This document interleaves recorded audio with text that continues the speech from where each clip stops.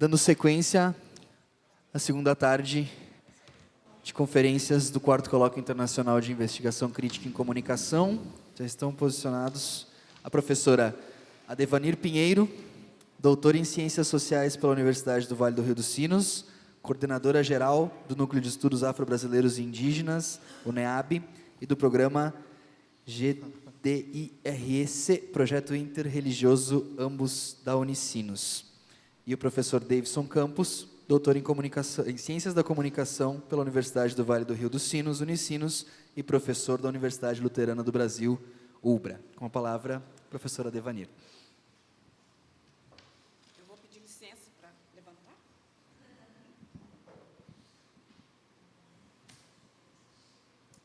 Boa tarde a todas e a todos. Em primeiro lugar, quero agradecer o convite da professora Giane, e é uma alegria para a gente poder estar partilhando também e contribuindo com algumas reflexões que parte também do nosso ponto de vista de trabalho dentro da universidade, e todo o trabalho de pesquisa e levantamento, entrevista, que a gente coordena aqui dentro desta casa. E eu estava aqui pegando a última fala da professora que falava aqui na entrevista, que hoje a gente precisa pensar coisas que ainda não foram pensadas.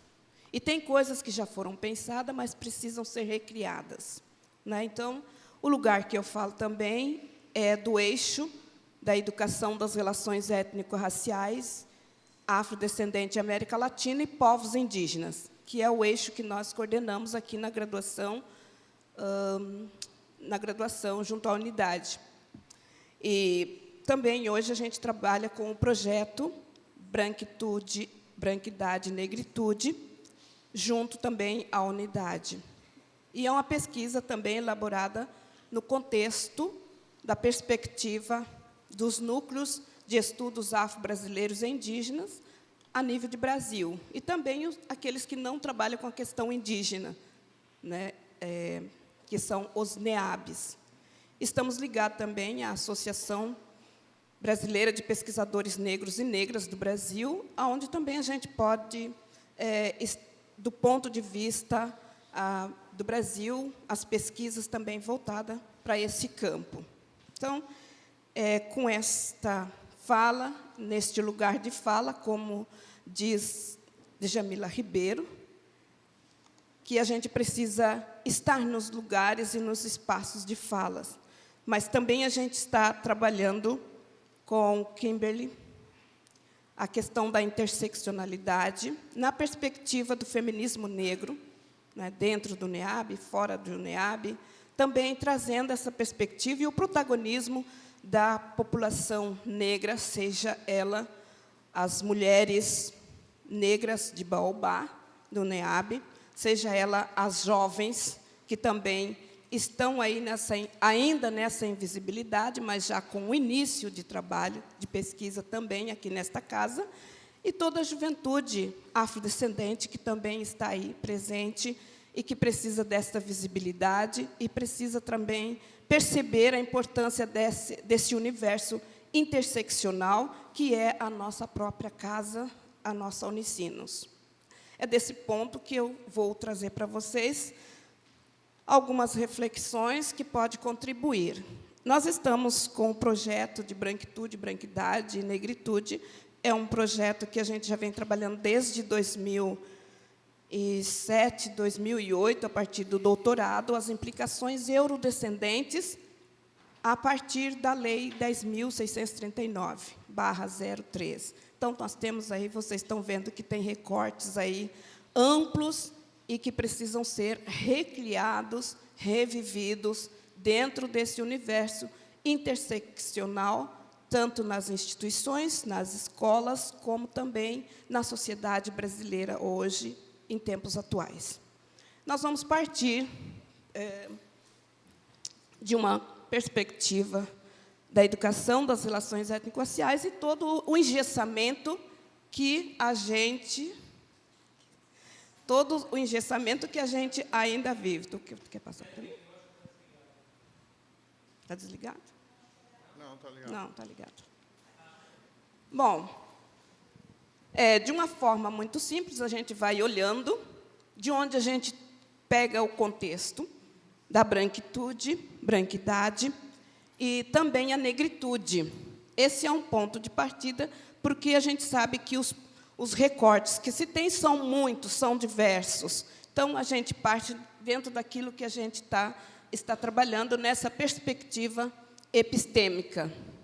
E como se vê isso, como se visibiliza essa parte interseccional a partir desse contexto de negros e brancos e também povos indígenas. Ao pensar a temática da educação das relações étnico-raciais, buscamos centrar nas 3 culturas que foram construídas no nosso país, ou seja, os povos indígenas, povos originários, população negra e a população branca, que para nós hoje é o desafio dentro desta universidade e também no país. Pode passar.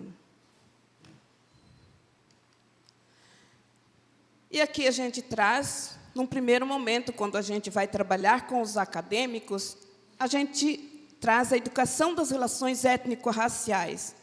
E muitos acadêmicos pensam que a gente vai estudar só o negro e o indígena, né? E aí a gente faz a mudança. Não, a gente vai trabalhar com as 3 culturas, porque os 3 fazem parte do espaço, do universo, de mundo e de realidade. Mas o que é isso, professora? Nós vamos trabalhar branquitude, branquidade, sim, na perspectiva do nosso cotidiano, né? Então, nesse primeiro momento, a gente traz a importância de olharmos como a branquitude se envolve com os povos indígenas. E como essas 2 culturas se entrelaçam no cotidiano, e como elas viveram. E quem teve o poder de sobrevivência maior? A gente começa esse diálogo com os acadêmicos, e, por vez, é uma epistemologia que é antiga, mas, quando traz essa perspectiva da cultura do outro, a gente sabe que aí muda, porque muitas vezes está na invisibilidade das nossas instituições, ainda nas pesquisas, nas entrevistas. Não é? Então, tem um documentário que a gente trabalha com os acadêmicos brasileiros, e ali tem a fala de um indígena, que ele diz: nós sempre vivíamos muito bem na nossa terra, na nossa natureza, mas tudo acabou a partir do momento que tivemos contato com vocês brancos. Essa é a fala de um indígena que luta para que eles possam cultivar a sua cultura, seus costumes, mas aí também tem todas as implicações com a branquitude. E aí, então, é nesse processo de identidade, de 2 identidades, que a gente busca aprofundar esse modo epistêmico de pensar e de ver essa recriação do nosso cotidiano e dos nossos conhecimentos. Pode passar.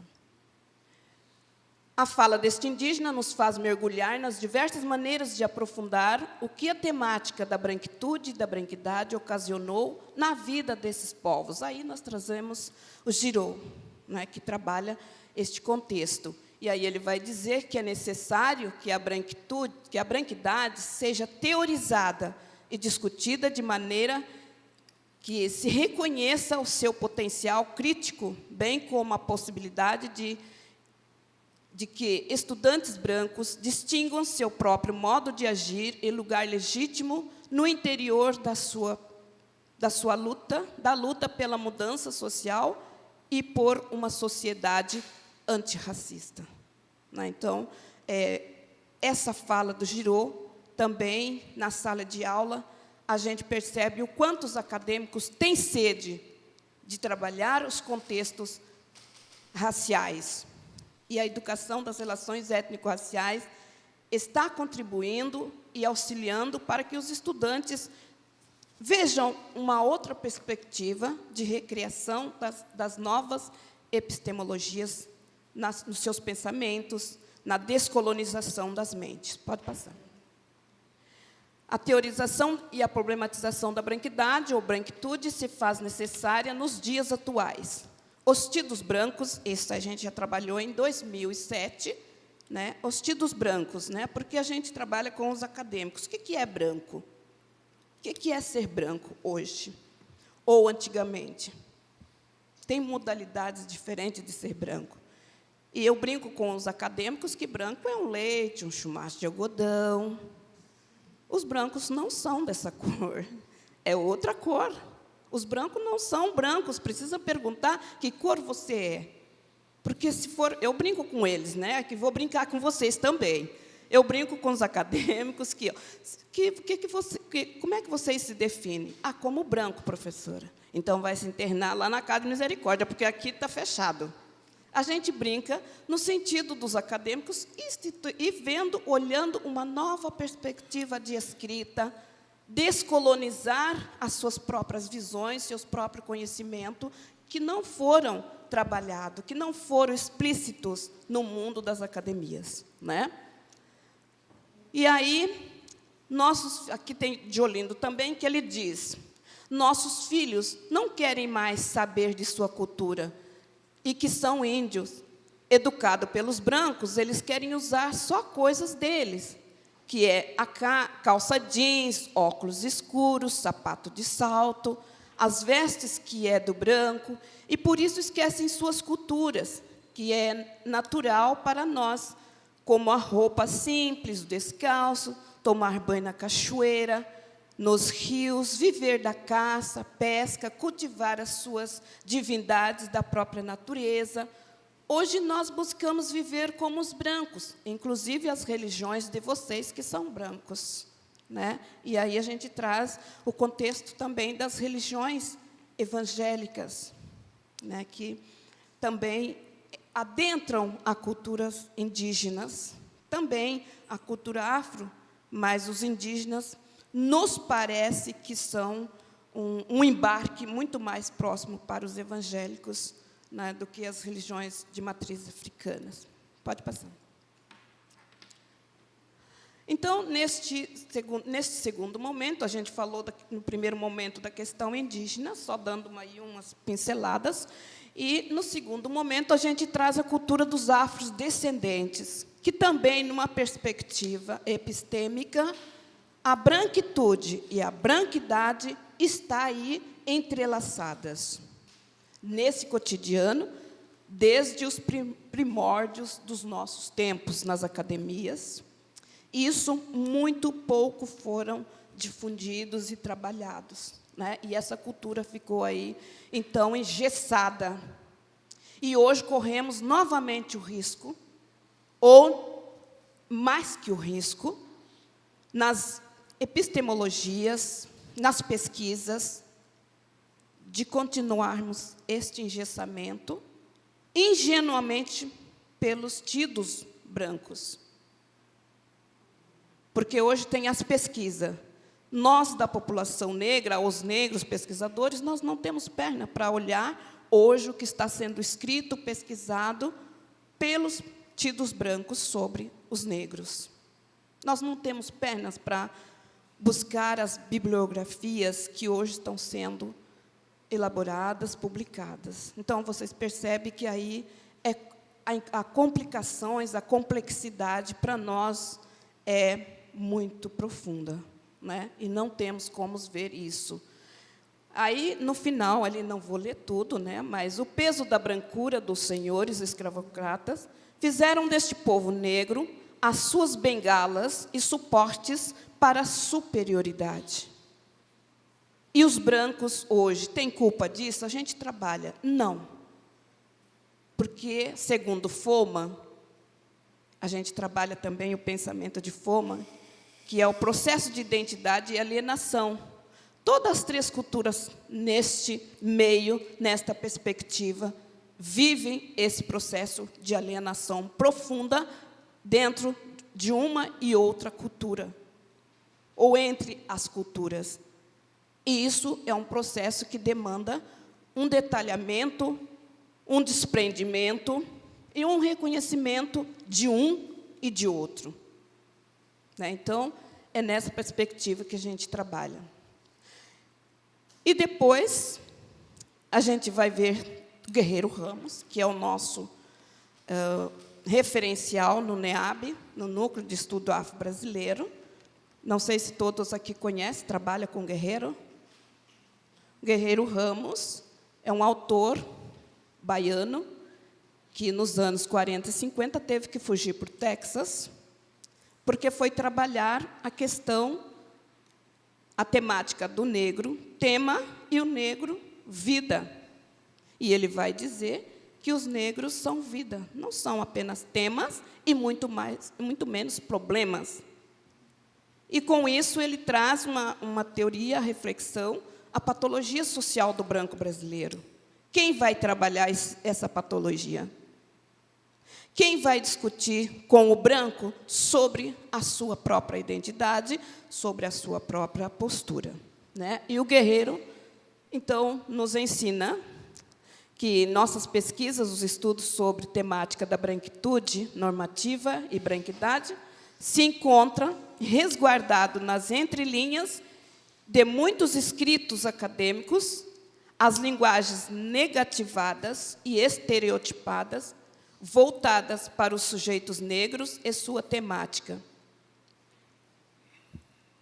E afirma ainda que, sugere o sociólogo, que os estudiosos deveriam se afastar dos falsos problemas e tematizar as verdadeiras questões, vez que algo seria o negro tema e o outro distinto, o negro vida. Negro tema é uma coisa examinada, olhada, vista, ora como ser mumificado, ora como ser curiosos.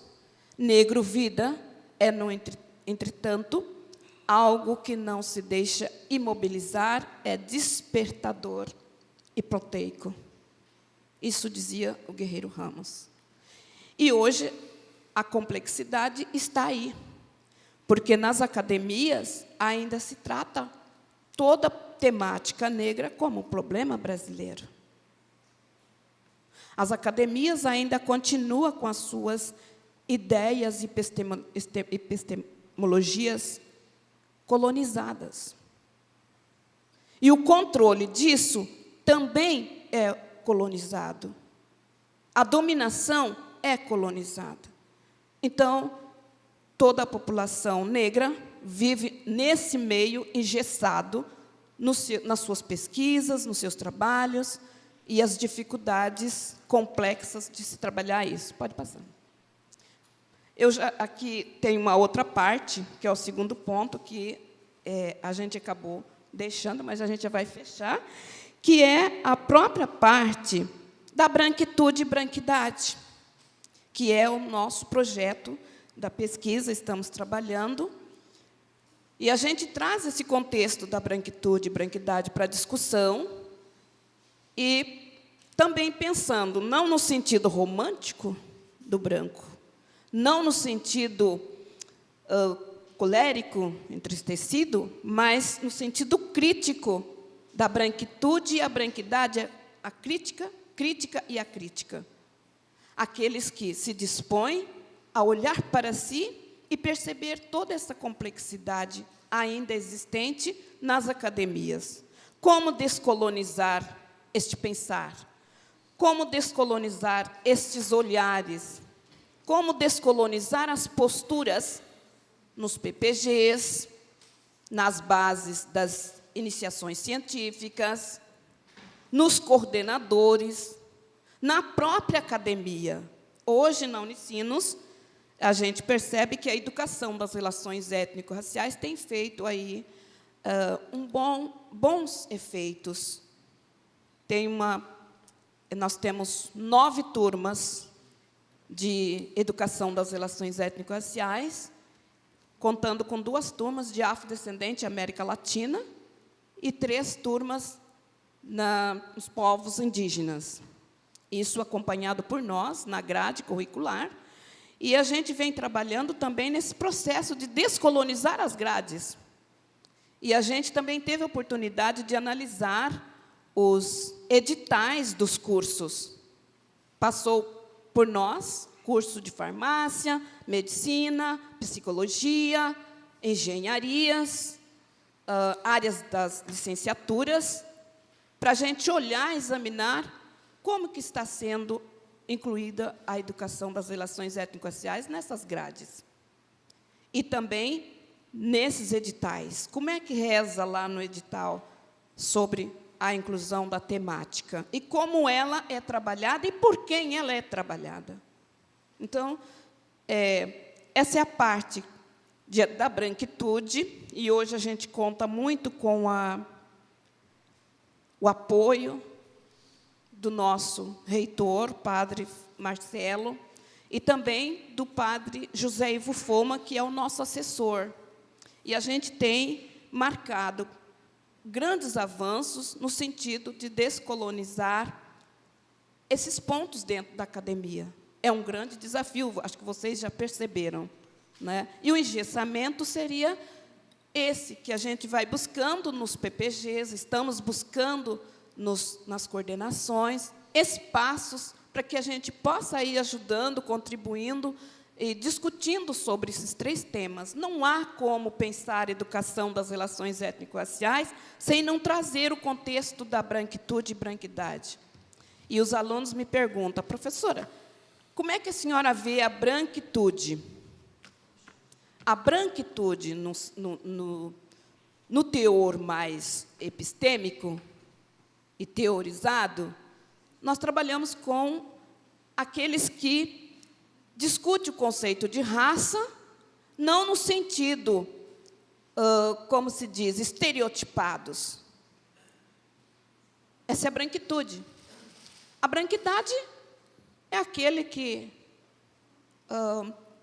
já incorporou para si essa situação racial como indiferente, não está aí. Para ele, realmente, o negro é o problema, e ele não se abre para discutir a questão do ponto de vista epistemológico, mudando e recriando essa forma de repensar os conceitos antirracista, os conceitos identitário, os conceitos de raça, conceito de etnias, conceito de cotas, esses que realmente rejeita a mudança epistemológica nas suas atitudes, nas suas pesquisas, nos seus escritos, nas suas sistemáticas e, sobretudo, eleva o nível de publicações no sentido de engessar cada vez mais esse povo que já vem engessado pelas academias. Então, trabalhar a questão da branquitude e branquidade é também a gente poder examinar, pesquisar, estudar este sujeito tido branco, que até então, talvez, ainda está na área do conforto social, na área do conforto institucional, onde o racismo institucional se faz muito presente, e essas atitudes profissionais precisam ser descolonizadas para que possam perceber esse engessamento que causa em relação à população negra, seja nas suas diversidades culturais e na população indígena. Então, nosso contexto hoje a temática metodológica que a gente trabalha, nós buscamos as autoras também feministas, que já trabalhavam nos anos 60 e 80, a interseccionalidade. Mas também não é aquela interseccionalidade já também colonizada, embranquecida. Nós estamos pensando na perspectiva da cultura da mulher negra, na perspectiva dos jovens negros e das jovens negras no Brasil, na sociedade, nas academias e nas escolas. Aí nós temos a ferramenta, né, da interseccionalidade, pensada por Kimberly, Lord e também Bell Hooks, e hoje Djamila Ribeiro, né? Com a Djamila Ribeiro, a gente já conversa mais, né? Que a gente não quer só o lugar de fala. A gente também quer pesquisar, a gente também quer escrever, a gente também quer publicar. A gente também quer ter uma ligação com a CNPq, com a CAPES, e saber como é que está também isso lá. Como é que a temática da educação das relações étnico-raciais está lá na CAPES. E como a ciência também nos pensa hoje, porque pensou o negro como negativado. Como que a ciência hoje nos estuda? Como que ela se apresenta? E por quem ela se apresenta? É nesse sentido que a gente pensa o teor da branquitude e da branquidade. Eu vou agradecendo vocês, porque é um recorte muito amplo, né? Vou passar para o professor Davidson. E eu agradeço muito a Giane pelo espaço, por esse lugar de fala, e agradeço também a cada uma e a cada um aqui que tem essa paciência de ouvir a gente, né? Falando essas coisas aradas aqui. Muito obrigada.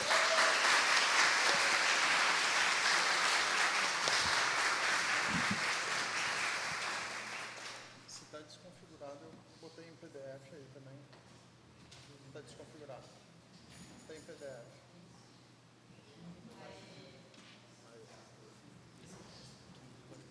Tá bom.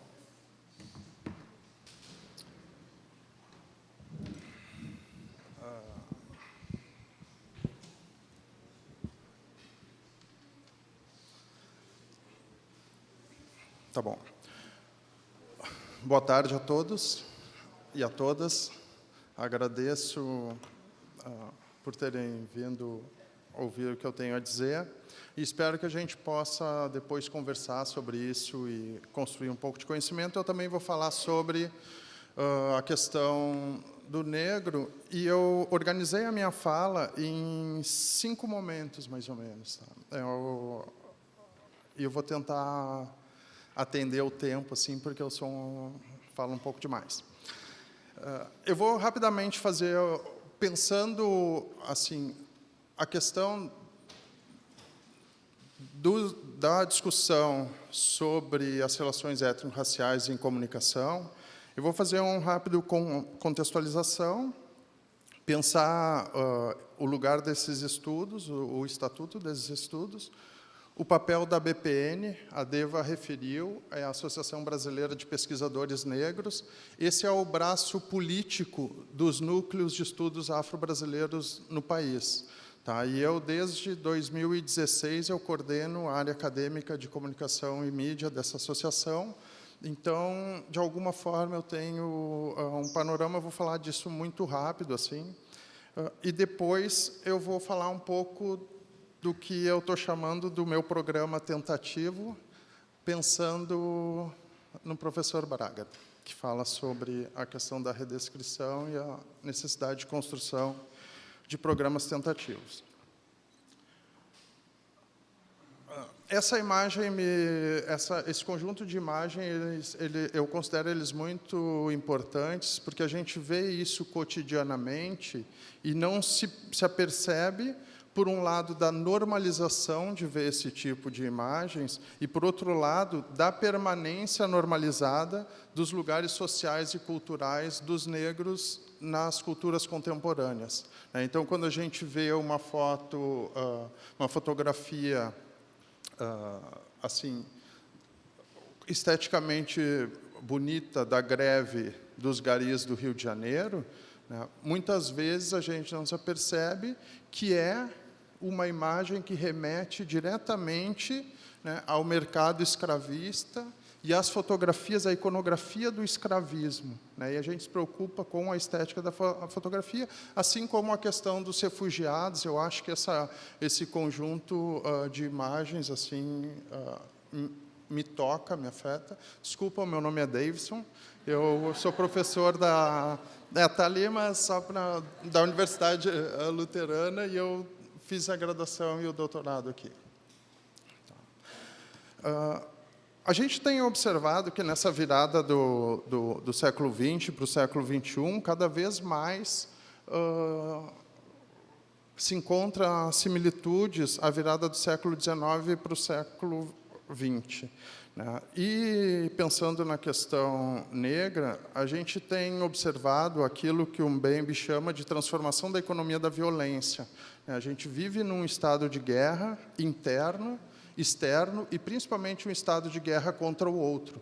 Eu acho que os números do genocídio de negros no Brasil e a violência contra a população negra deixa muito claro, né, que a questão do racialismo e do racismo, eles são ainda estruturantes das nossas relações sociais e da nossa sociedade. O que difere esse estado de guerra, estado de vigilância, que a gente pode observar nessa virada para o século XXI, é que, além das questões biológicas e genéticas, que têm sido acentuadas, inclusive, pelos estudos de genoma, também se dá pelos registros digitais. Então, a gente observa uma afetação do cotidiano, né, do mundo da vida e também da comunicação.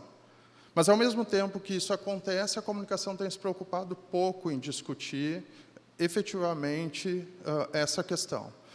Eu vou falar sobre isso daqui um pouco. Tá?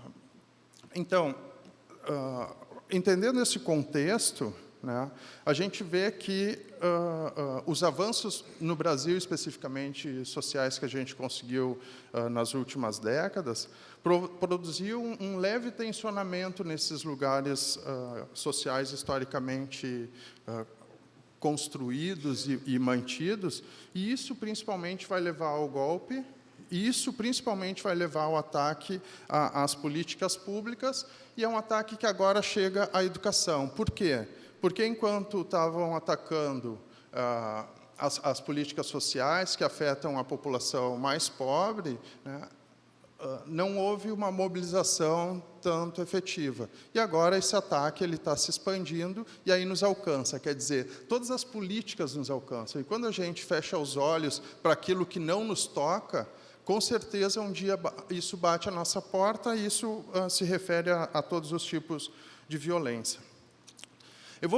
Eu tenho pensado, então, e agora eu vou falar um pouco sobre algumas das minhas referências, que cada vez mais eu tenho pensado ou lido, né, os autores decoloniais, entendendo que essa é uma fala que, para os estudos negros, já é uma coisa antiga. Né? Porque quando o Césaire, por exemplo, fala que a negritude foi a revolta contra o reducionismo europeu, ele está falando exatamente sobre o impacto da raciologia no pensamento moderno. E é o pensamento que ainda mobiliza as instituições universitárias. Então, a gente precisa também ter sensibilidade para deslocar o nosso olhar para outros lugares. Né? E aí, se insere a questão colocada pelo Fanon, né, que a colonialidade é um processo duradouro. E daí vem todas as discussões sobre decolonialidade, né, dessa nova leitura de Fanon. Então, eu entendo que, né, citando Césaire e Fanon, os estudos produzidos por negros e a partir de uma epistemologia afro, chamamos assim, tem muito a contribuir à ciência de uma maneira geral, né? Mas, mesmo falando sobre isso, né, a universidade, como instituição, não está aberta para isso. Tá? Principalmente na área da comunicação. Tá? Eu fiz rapidamente um levantamento, e no banco de dissertações e teses, entre o ano de 2016 e 2018, existe a produção de uma tese na Universidade de Santa Maria, 4 na Universidade Federal Fluminense, 3 na Universidade Nacional de Brasília, 1 na de Minas Gerais, nenhuma na UFBA, tá? Que é o estado com o maior número de negros. E, em 3 anos de produção de conhecimento na área da comunicação e nível de doutorado, a gente tem somente 9 teses produzidas. Isso mostra, né, que também, nesse campo, existe uma invisibilidade para os estudos negros. Isso não se mostra só na produção de teses. na Compós, entre 2014 e 2018, foram apresentados 850 trabalhos. Tá? Em 2016, teve um trabalho que discutiu a questão negra, que foi até a partir da tese da Luciana, que ganhou no ano seguinte o prêmio de melhor tese, e em 2017 um trabalho, em 2018 também um trabalho. Tá? Então, a principal entidade de pós-graduação em comunicação tem, nos últimos 5 anos, de 800 trabalhos, 2 trabalhos mais efetivos e um que perpassa a questão, a discussão sobre o negro. Tá? E na Intercom a mesma coisa. Em 2001 existiam 18 grupos e 3 trabalhos. Em 2010, 26 grupos e 6 trabalhos, e em 2017, 31 grupos e 10 trabalhos. A Intercom já fez, de alguma forma, o meia-culpa, quando, no ano passado, teve como tema a questão da diversidade. Tá? E, no ano passado, foi criado um primeiro grupo para discutir a questão da diferença na Intercom, que é o que se chama Estéticas e Políticas do Corpo e Gênero, e mesmo... Esse é um detalhe, né? Para resolver a questão da diversidade, a nossa proposta era estéticas e políticas do corpo.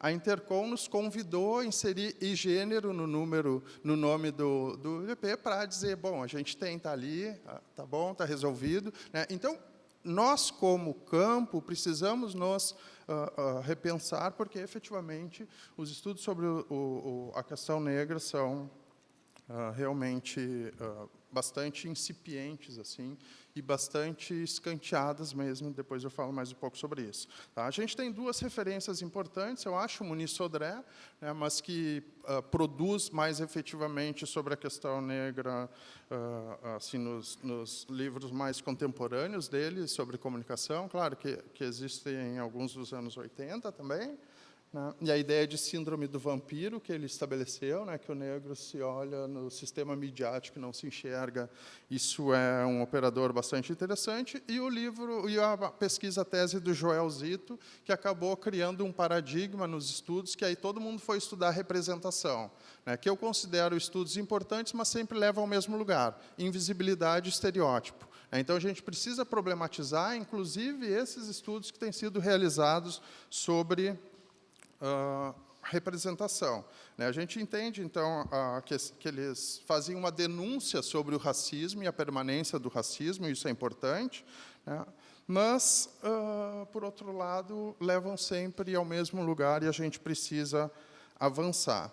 Outra questão que dá para observar é o número inexpressivo também de estudos, referente também ao pequeno número de negros nas pós-graduação em comunicação, seja como professores ou sejam como estudantes. E os professores que a gente consegue identificar, a maioria pesquisa outras temáticas que não as relações étnico-raciais. Tá? Então, isso é, assim, o campo vai se constituindo dessa forma. Então, de alguma maneira, o debate sobre a questão negra na universidade, ele já avançou, mas avançou naquelas áreas chamadas tradicionais, que principalmente antropologia, educação e história. Tá? E eu posso dizer, por experiência própria, que nós fomos mandados para lá.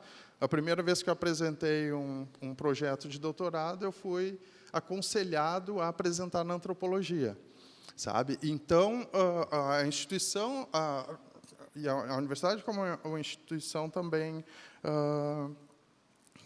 leva a isso. Tá? O movimento negro, de maneira bem rápida, tem o 20 como uma bandeira, né? E o 20 não é para ser feriado e nada, é a ideia da substituição de uma proposta de liberdade concedida por uma ideia de liberdade conquistada. E a gente sabe que a resistência negra vem desde a chegada do primeiro escravizado no chamado Novo Mundo. Tá? E vai ter, digamos assim, um momento importante, que é a marcha 300 anos de Zumbi, e depois as discussões em Durban, que vão levar às conquistas de políticas também pelo movimento social. Nem a 10.639, nem a CEPIR, nada foi concessão de nenhum dos governos. Tá? Até porque o movimento começou lá no governo do Fernando Henrique, quando ele deu aquela declaração de que também tinha o pé na cozinha. Então, é anterior à chegada, por exemplo, do Partido dos Trabalhadores ao governo, porque, efetivamente, é a conquista do movimento social negro e não concessão do poder público.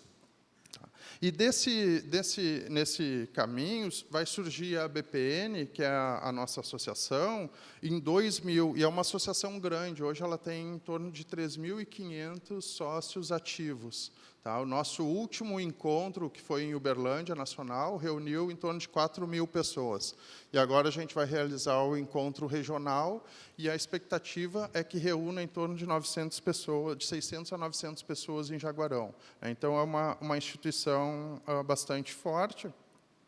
E, como eu disse, ela é o braço político dos cerca de 200 NEABs que existem hoje no Brasil, e é um desdobramento do movimento social negro dentro das universidades. Então, além de pesquisa, né, a gente tem uma discussão bastante séria por políticas públicas. No que se refere à comunicação, dentro da instituição mesmo existe uma dificuldade para afirmar a área acadêmica, os estudos de comunicação, exatamente por causa dessa pouca presença de negros na pesquisa em comunicação, e isso faz com que muitas pessoas vão para a educação, como eu disse, para a história, para a antropologia, agora para a sociologia, tem bastante pesquisas. Mas, de alguma maneira, tem alguns temas que são recorrentes como estudos e que têm sido apresentados, que é a questão do ativismo nas redes sociais, né, a patologia do branco no cinema, né, ou seja, a questão da branquitude no cinema, audiovisualidades no Atlântico Negro, né, o cinema que tem sido produzido na diáspora e em África, e a representação no jornalismo, isso é uma coisa que aparece também, e identidade e memória no cinema. E, por último, tem bastante estudos sobre formação para e usos da mídia, né? Usos, assim, estratégias de uso da mídia. Tá? Então,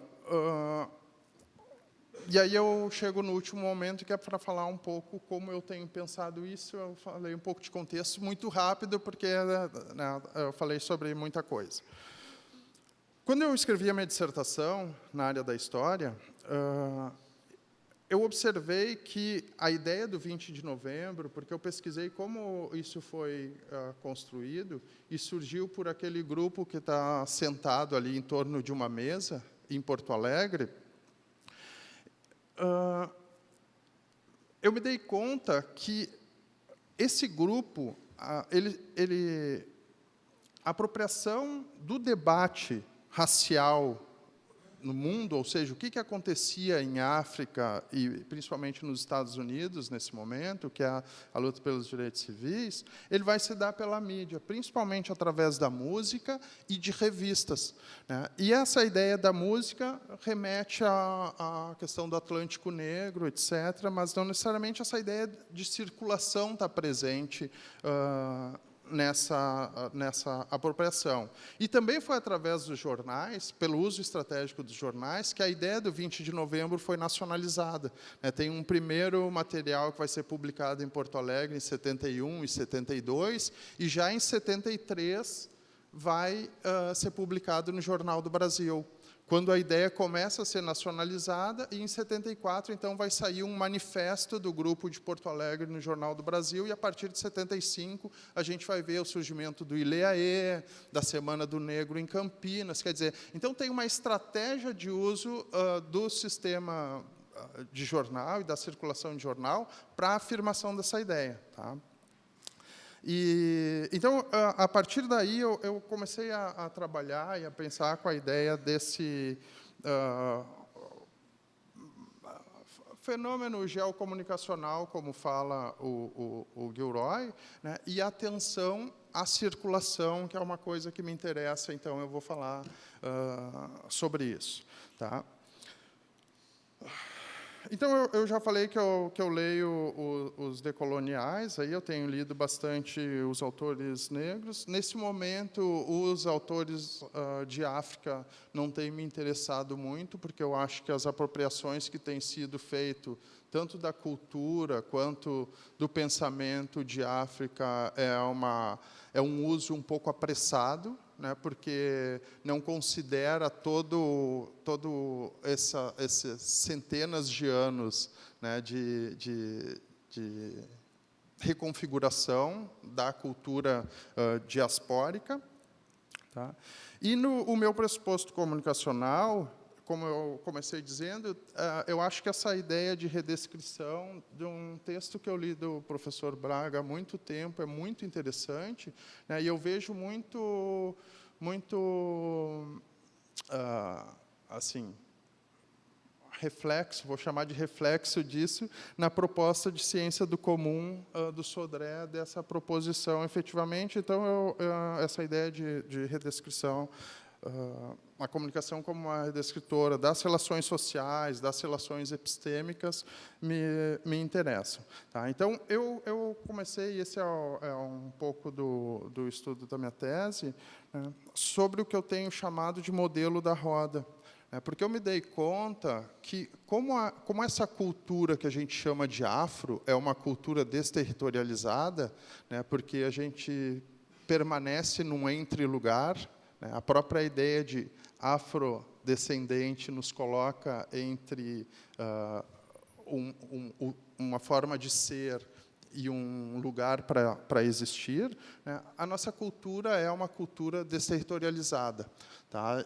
O Gilroy chama de cultura viajante, eu prefiro dizer uma cultura desterritorializada que precisa de elementos de territorialização. E é sobre isso que eu penso, e isso me remete à ideia da roda identitária, né? Que ela é sempre, não existe até que os corpos constituam, ela passa a existir como um território e depois ela vai desaparecer também.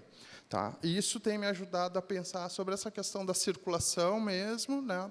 Isso que tem essa característica, e sobre a sobreposição a essa cultura afro. Né?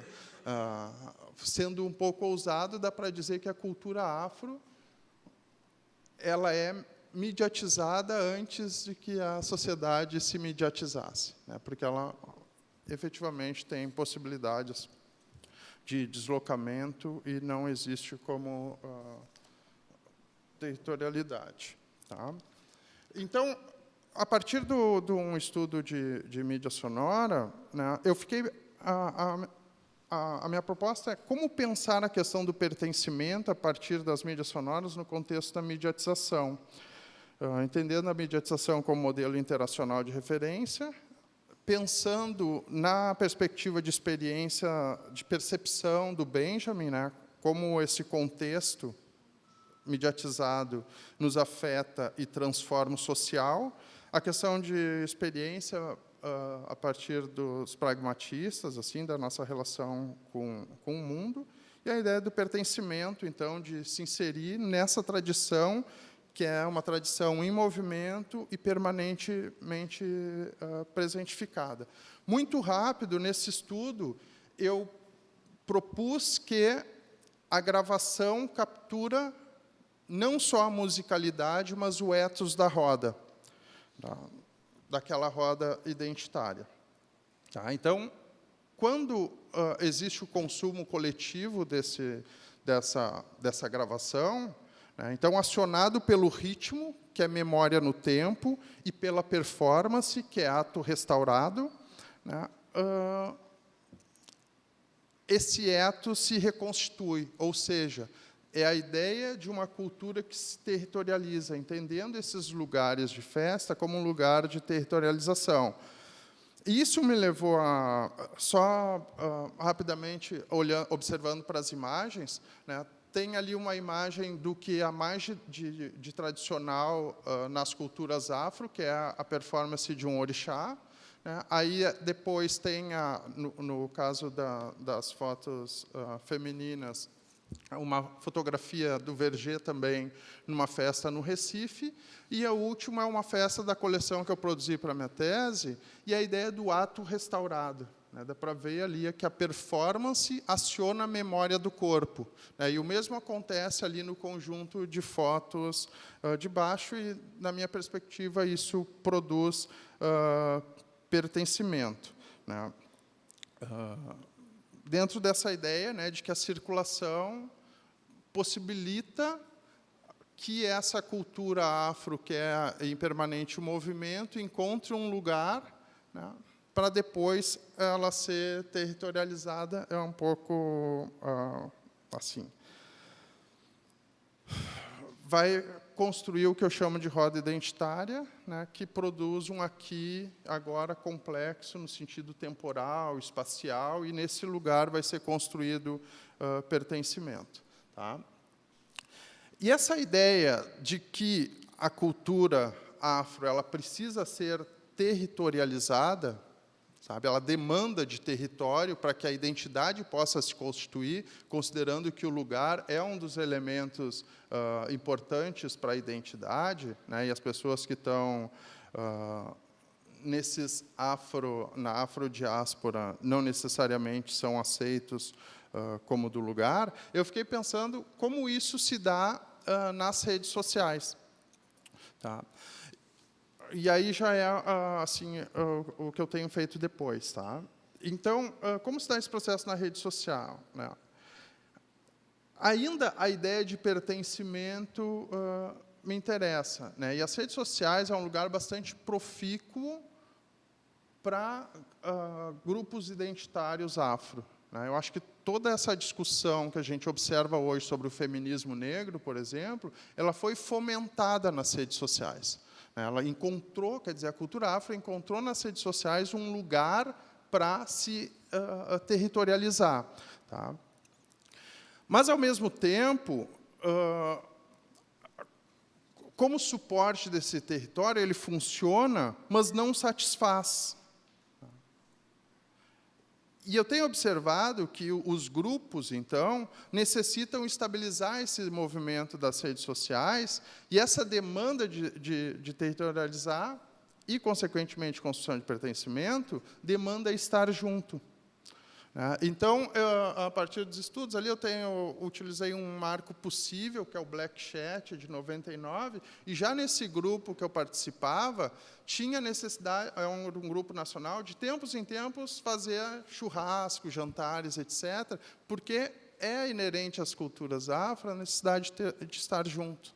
Então, de alguma maneira, eu entendo que as redes sociais são um lugar importante, mas não satisfazem, como eu disse, toda a demanda de território. E aí esses encontros, ali tem um exemplo, né, de movimentos que surgem nas redes sociais, mas sempre acabam se tornando presenciais, né, e eu, a partir disso, tenho trabalhado com uma categoria que eu chamo de política de presença, essa necessidade de estar junto, mesmo, né, com as dinâmicas que a rede possibilita. Vou tentar fazer em 5 minutos. A partir disso, eu estava muito rápido, estava conversando com um amigo sobre esse disco, que é o primeiro EP do Emicida, sabe? Essa ideia de estar junto, de lugar, e eu estava dizendo para ele que esse disco me tocava. E ele, em síntese, achava o Emicida muito ruim. E aí ele foi falar, ele é um pesquisador, ele é um cara branco que pesquisa Fanon, e ele é casado com uma mulher negra. E, conversando com a esposa dele sobre isso, também ela disse para ele assim: tu nunca vai conseguir ouvir o Emicida, porque ele canta para os negros. Sabe?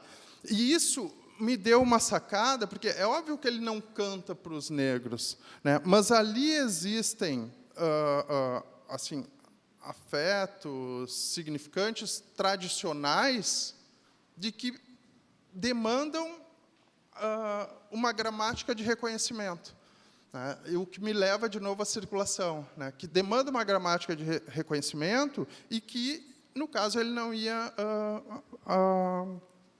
assim conseguir acessar. E aí eu tenho feito algumas leituras a partir do que eu tenho chamado de leitura insolente. Insolente é um número uma expressão aleatória, mas já era usado, né, para os escravizados que não se adaptavam, é utilizado ainda no sistema de ensino para os estudantes negros que não olham para o chão, e é utilizado na universidade para os professores negros que não olham para o chão também, sabe? Que eu tenho vários colegas que já me chamaram disso e de outras coisas, obviamente que não para mim, mas sempre chega aos meus ouvidos, e isso dos outros colegas. Então, eu tenho chamado de leitura insolente, porque eu acho que é um posicionamento. Não vai dar muito tempo de falar sobre ela, que faltam 3 minutos agora, né? Mas eu utilizo a noção de duplo, porque eu acho que é uma noção muito importante para a questão afro, a própria ideia de identidade, né, do afrodescendente, né, a questão da dupla consciência. O nosso mito original fala do Aie e do Orum, né, uma duplicidade. Nós somos, né, nós e o nosso sagrado, nós somos o nosso duplo. A ideia do chamado e resposta, que é característico da cultura afro, seja na musicalidade, e os próprios dialetos étnicos, né? Que seja em língua inglesa, em língua francesa. No Brasil, a fala dos africanos foi tão potente que criou uma língua nova, né? Mas nos outros lugares, geralmente, criam uma língua paralela à ideia de duplo. Então, eu sempre trabalho com essa noção de duplo para efetuar a minha leitura insolente. Eu tenho escrito sobre isso. E aí eu fui operacionalizar isso, tá? Esse é um livro que foi muito estudado nos anos 80 e 90 em Porto Alegre, porque ele é tipo um quarto de despejo. A Zeli, ela morou numa região de Porto Alegre chamada Ilhota, onde nasceu Lupicínio Rodrigues, que era uma região de negros muito pobres, tá? E o que vai acontecer? Ela foi como muitas mulheres negras, foi dada para criar para uma família branca, ou seja, executar os trabalhos domésticos. E, depois de casada, ela volta para a Ilhota. E ela faz o relato do inferno que foi a vida dela lá. É óbvio, né? Ela olhava para a Ilhota como uma mulher branca de classe média. E não como uma mulher negra dentro de uma cultura negra e pobre em Porto Alegre. Então, todas as leituras falam, todos os estudos sobre esse livro falam da situação de violência, miserabilidade, etc., que viviam os negros em Porto Alegre. Só que, no momento em que eu consigo fazer uma leitura do duplo, ou seja, desse outro lugar, eu consigo ver que o livro, na verdade, é uma denúncia da situação em que foi abandonada a população negra. Sabe? Então, e eu me dei conta que ela, na escrita, ela constrói aquilo que foi chamado de banzo. Estou nervoso agora. Por quê? O banzo, todo mundo ouviu no colégio que eram os negros que morriam de saudade. Não é. Muitas culturas banto acreditam na reencarnação, mas na reencarnação no sentido que o bom é estar vivo, sabe? Então, eles dizem que aqueles nenês que nascem e morrem é porque gostam de nascer. É como se ficasse andando de escorregador. Então, se a gente entender isso, o banto é o quê? Bom é viver, né? Então, tu vive, aí tu morre para viver de novo. Os caras acreditavam que eu nasci em África. É o caso dela. Por quê? Porque no texto ela vive, enquanto ela é semi-escravizada por uma família. Quando ela volta para os negros, para ela é uma morte. E aí, no final, quando ela consegue uma casa lá em Alvorada, etc., longe do trabalho, com dificuldade de transporte, que é o início da cidade, para ela era o paraíso. É o banzo, né? Vida, morte e alegria. Então, eu leio o texto dela como um lamento, como uma ladainha, sabe? Então, o que me ajudou a operacionalizar isso? Essa ideia de duplo. Claro, aí tem o texto todo que vai falar sobre isso. Rápido! É a mesma coisa desse outro estudo, que aí eu fiz sobre um videoclipe, que é uma estratégia de brand content da Petrobras, né? E a ideia era que o crioulo apresentasse o Ileaie para os jovens e para o Brasil. Só que eles perderam a grande chave do negócio, que é o quê? Que o nome artístico do crioulo inicialmente crioulo doido, o é por causa da música do Ileaie. Então, desde o primeiro momento, o Ileaie é maior que ele faz parte do Ileaie. Né? E aí, a esse estudo, eu chamei a ideia de tornar-se negro. Por quê? Porque, na verdade, ele vai caminhando até chegar no Ileaie, e aí os caras cantam aquela música da primeira saída, né? Somos crioulo doido, somos bem legal, que é o que fala sobre ele, etc. Mas, a partir dessa ideia do duplo, aí eu tenho usado a abdução como método, né? Como o Ginsburg utiliza, atrás de sinais assim, nos textos, para eu entender o duplo. Tá?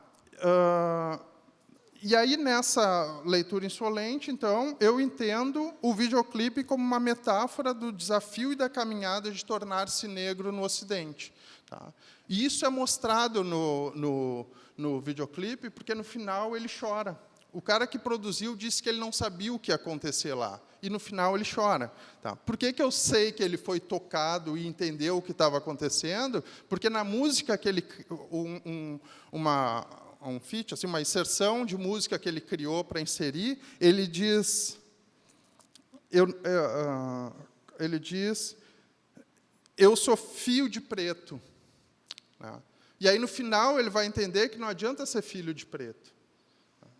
Porque ele, querendo ou não, ele vai continuar sendo apontado como um negro. Tá? E que é difícil, na sociedade ocidental, né, ser negro. Então, é uma decisão política, mais do que qualquer outra coisa. Então, é como eu tenho operacionalizado essa ideia a partir da cultura afro, né? Criado elementos. E aí, agora eu tenho me voltado um pouco para o jornalismo, ao mesmo tempo que eu continuo trabalhando com isso, que é a ideia da branquidade e da negritude no jornalismo. Né? Então, eu tenho realizado o estudo sobre o olhar a partir da branquitude, né? Entendendo como a branquitude está inserida nas linhas editoriais, tá? Não é no profissional, mas nas linhas editoriais dos veículos.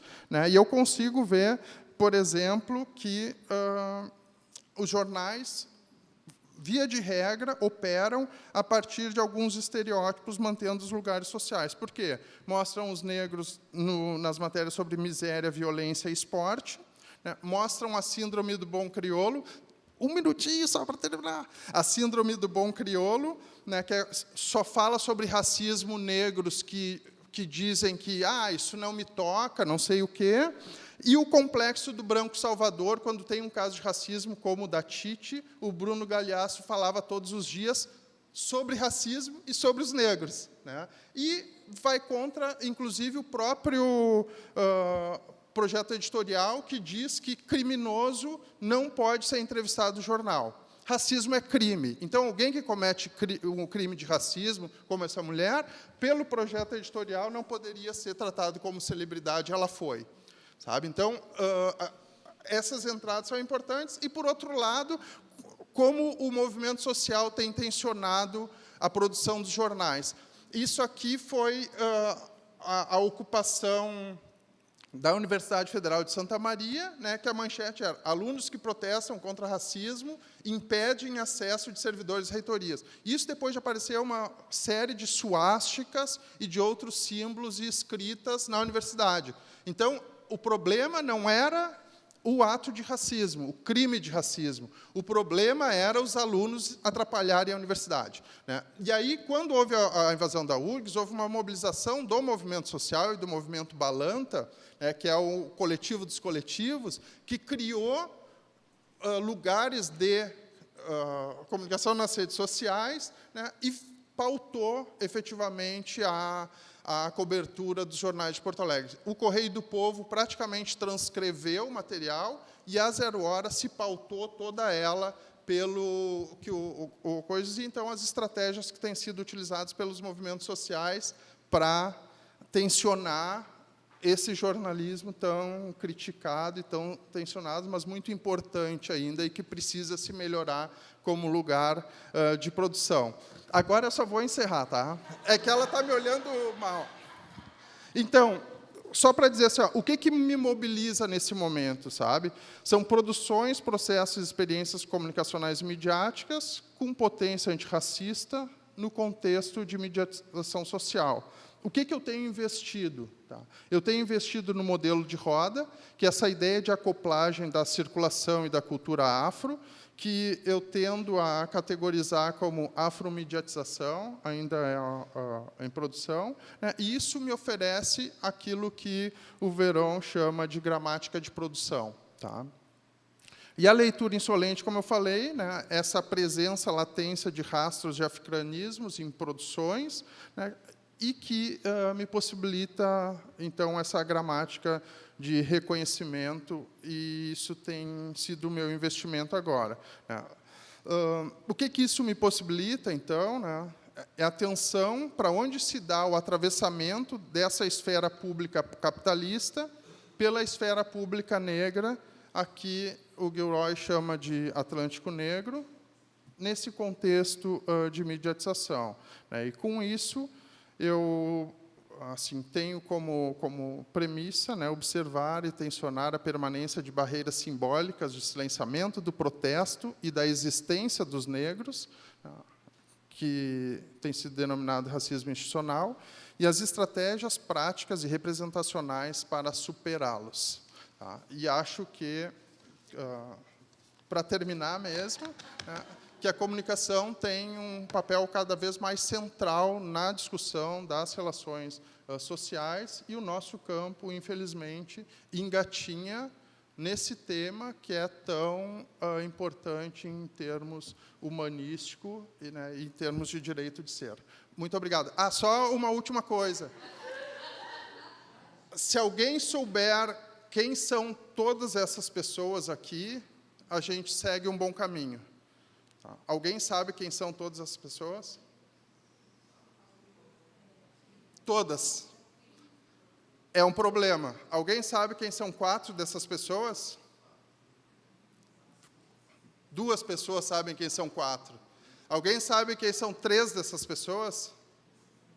Poucas. Entende? Então, é o Abdias do Nascimento, Milton Santos, André Rebouças, Machado de Assis e Oliveira Silveira.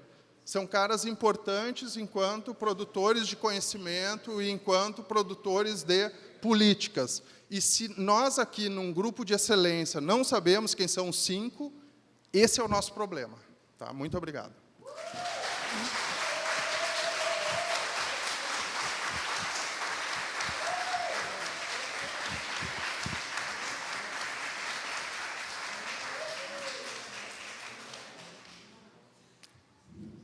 Muito obrigado, professor Davidson, professora Deva. Abrimos agora para as perguntas dos colegas. A colega Mari vai estar passando com o microfone. Quem tiver interesse de perguntar, levante a mão, por favor.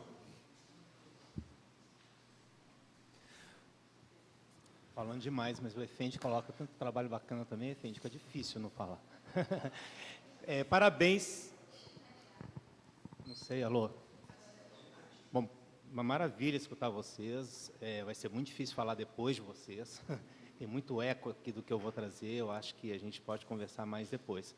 Eu fiquei pensando que a dificuldade, e vocês, de alguma maneira, tocam nisso, essa questão da branquidade, me parece algo até onde eu tenho acompanhado essa discussão, ela pouco aparece, assim, né? Quando se fala da questão do negro, da questão da identidade, ela pouco tem aparecido como um problema. Me parece um desafio, a Devani, você trazer isso no grupo para discussão. Assim, eu falo porque, fazendo coro ao que o Davidson falou, a gente, de fato, está vivendo um estado de guerra, e é um estado de guerra que nos coloca também na universidade, assim, seja eu branco ou não, enfim, não sei, né? Também sempre em estado de alerta, né? A gente acabou de responder um processo no programa de comunicação da Federal Fluminense, exatamente pelas cotas, né? A gente teve que responder a esse processo, enfim, a gente ganhou no final das contas, mas teve toda uma questão colocada por um pastor, né, que, enfim, eu acho que demonstra muito bem esse estado de guerra que a gente está vivendo, e que eu acho que coloca aí a universidade nesse lugar, Davidson, que de fato me parece que é de aprender a lidar com essas novas, com esses novos aparecimentos, com esses novos problemas que estão surgindo para a gente. Eu vejo isso em sala de aula. Enfim, eu estou em sala de aula já há muitos anos e nunca questões tão contundentes foram colocadas para mim como professor, e eu acho que elas só existem por conta do que a gente viveu nesses últimos anos. Quer dizer, eu não estou defendendo nem um pouco o lugar dessa universidade ainda bastante precário, mas dizendo o quanto isso é complexo mesmo, né? O quanto a gente também está lutando o tempo todo. Eu queria entender, isso é só um comentário, eu queria entender um pouquinho melhor o que você está chamando de modelo de roda. Eu fiquei pensando, que eu não sei se eu entendi, tá? Porque quando você fala de desterritorialização, enfim, eu entendo absolutamente, e eu fiquei pensando se cabe também pensar nesse mesmo lugar, e eu não sei se o modelo de roda tem a ver com isso, o processo de reterritorialização, que me parece que acontece junto. Né? Quer dizer, a gente não estaria falando só de uma desterritorialização, mas de uma reterritorialização constante, que está aí acontecendo o tempo todo. Né? Queria que você pensasse isso.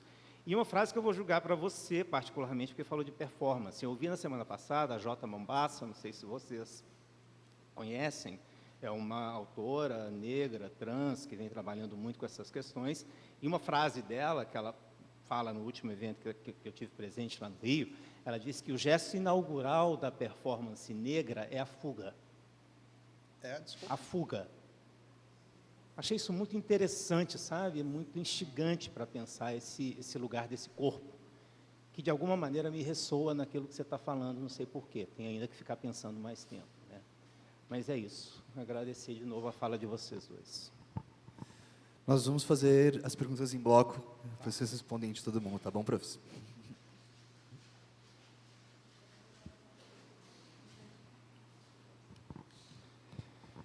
Bom, primeiro, acho que agradecer a aula dos dois colegas. É um daqueles momentos que talvez a gente passe a ter consciência da ignorância que a gente tem sobre esses assuntos que são tão caros para a sociedade e que certamente eu reconheço como uma falha de caráter do meu caráter acadêmico. Né? Então, o Davidson sabe que ele tem me ajudado, né, em situações de orientação de trabalhos lá na Unipampa, onde eu não tenho um mapa de referenciais teóricos e nem cabedal para buscar onde buscar isso, né? E o Davidson tem sido um dos colegas que tem me ajudado a encontrar esses caminhos para fazer orientação de trabalhos, principalmente dos nossos estudantes e negros que têm chegado à Unipampa, que têm chegado nos últimos anos ao ensino superior. E essa é uma coisa que a gente tem que recuperar de alguma maneira, então eu agradeço muito, assim. A Dani, né, que tu conheceu, minha orientanda, estava assistindo vocês, né, tá assistindo vocês, né, pela webconferência, e a gente estava batendo papo aqui, trocando e anotando todas as referências, tal, que nos falta. Essa é a realidade. Essa tua última provocação, ela é necessária mesmo, eu acho. Mas a minha pergunta é bem objetiva.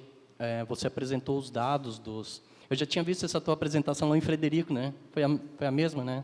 Salvo engano, parecido, né?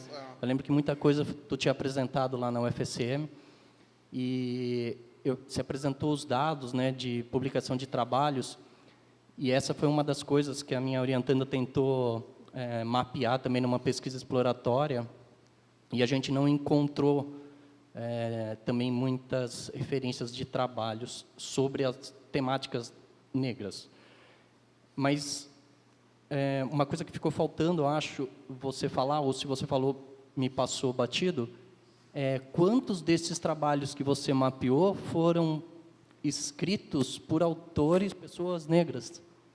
Porque os números ali são, sei lá, 9 trabalhos, 6 trabalhos, 17, mas quantos desses eram pessoas negras? Eu acho que é importante também trazer isso. Bom, obrigado. E eu, assim, também como professor, queria saber um pouco mais sobre esse modelo da roda, porque tem algumas etnias que têm isso muito presente e outras não. e também algumas etnias indígenas também têm essa questão dessa circularidade.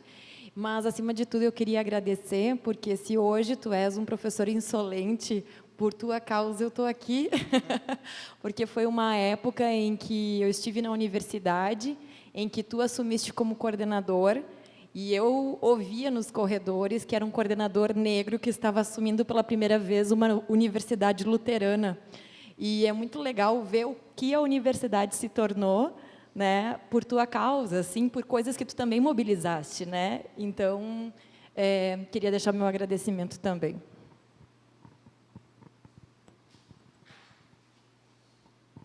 Legal, boa tarde.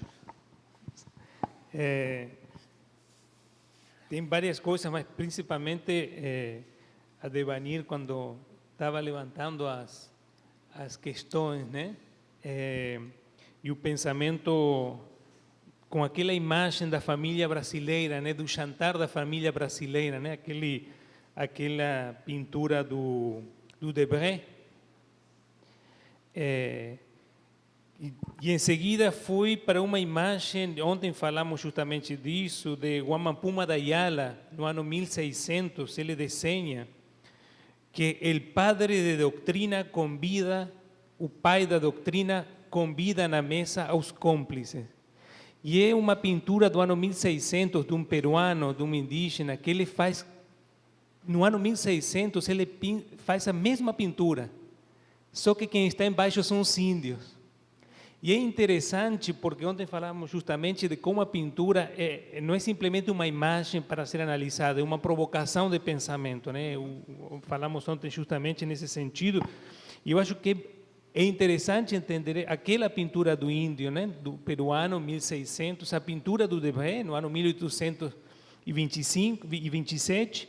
E é interessante porque agora a gente está tendo uma imagem que eu venho trabalhando com o grupo de pichadores e pichadoras em Brasília, e que é a imagem da personagem que aparece do lado do Bolsonaro, que é o Hélio Negão ou o Hélio Bolsonaro, que é uma imagem totalmente, no sentido, analisando desde essas matrizes indígenas, né? a matriz depois da representação da família brasileira jantando, e do Hélio Negão, que é simplesmente o abajur para criar essa situação de integração, que é o que você estava colocando, esse falso relacionamento que acontece. Eu acho que é uma discussão que me fez, simplesmente compartilhando esse olhar, né? Essa provocação e compartilhando isso.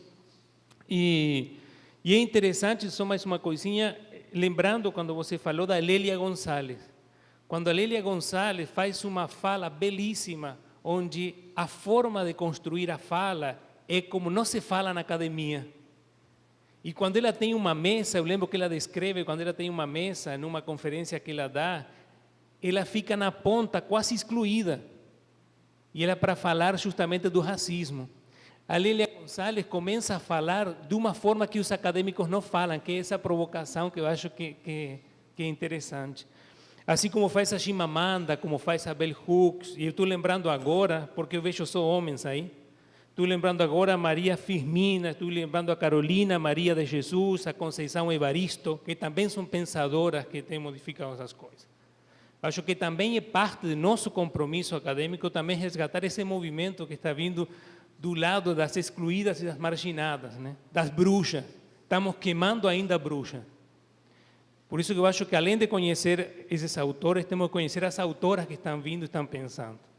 Lembro isso numa fala com a Conceição Evaristo na UNB, justamente provocando essas discussões. Então, só compartilhando esse pensar. Muito obrigado. Palavra de vocês, professores, por favor.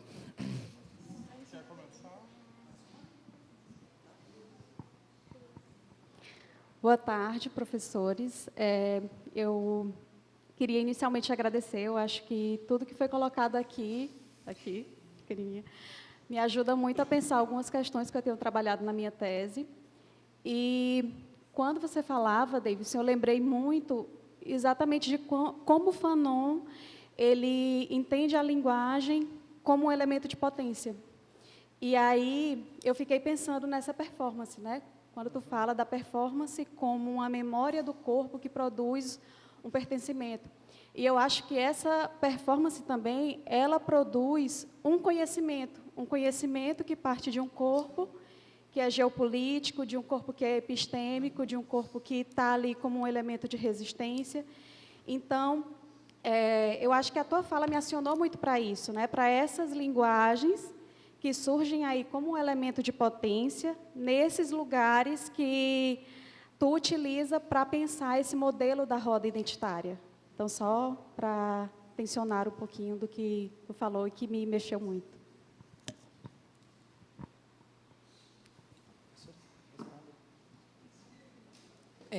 Agradeço pelas perguntas. Eu vou começar de trás para frente. E eu agradeço o professor pela sua fala e reflexão também, provocação. Eu gostaria de dizer que, quando você fala no contexto do feminismo negro, nós já trabalhamos aqui na Unicinos uma dissertação que a gente orientou, da Elizabeth Natel, que está lá nos fundos. Nós trabalhamos a saga das mulheres negras em 3 universidades do Sul. Então, o senhor não imagina o que significa para as mulheres negras numa academia, onde o contexto da escala é o homem branco, a mulher branca, o homem negro, e na escala mais baixa é a mulher negra. E isso é tão verídico que vocês acabaram de ver aqui também. O quanto que o homem fala, o homem negro fala, e a mulher negra tem que ser cortada rapidamente. Eu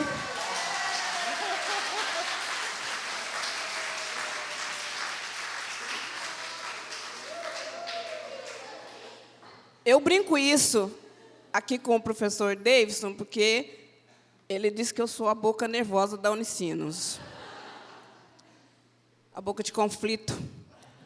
Mas no sentido muito crítico. E aí a gente tem um trabalho no NEAB, além da saga das mulheres negras. Eu já estou nesta universidade há 20 anos. E posso dizer para vocês que eu sempre digo que Lélia Gonzalez,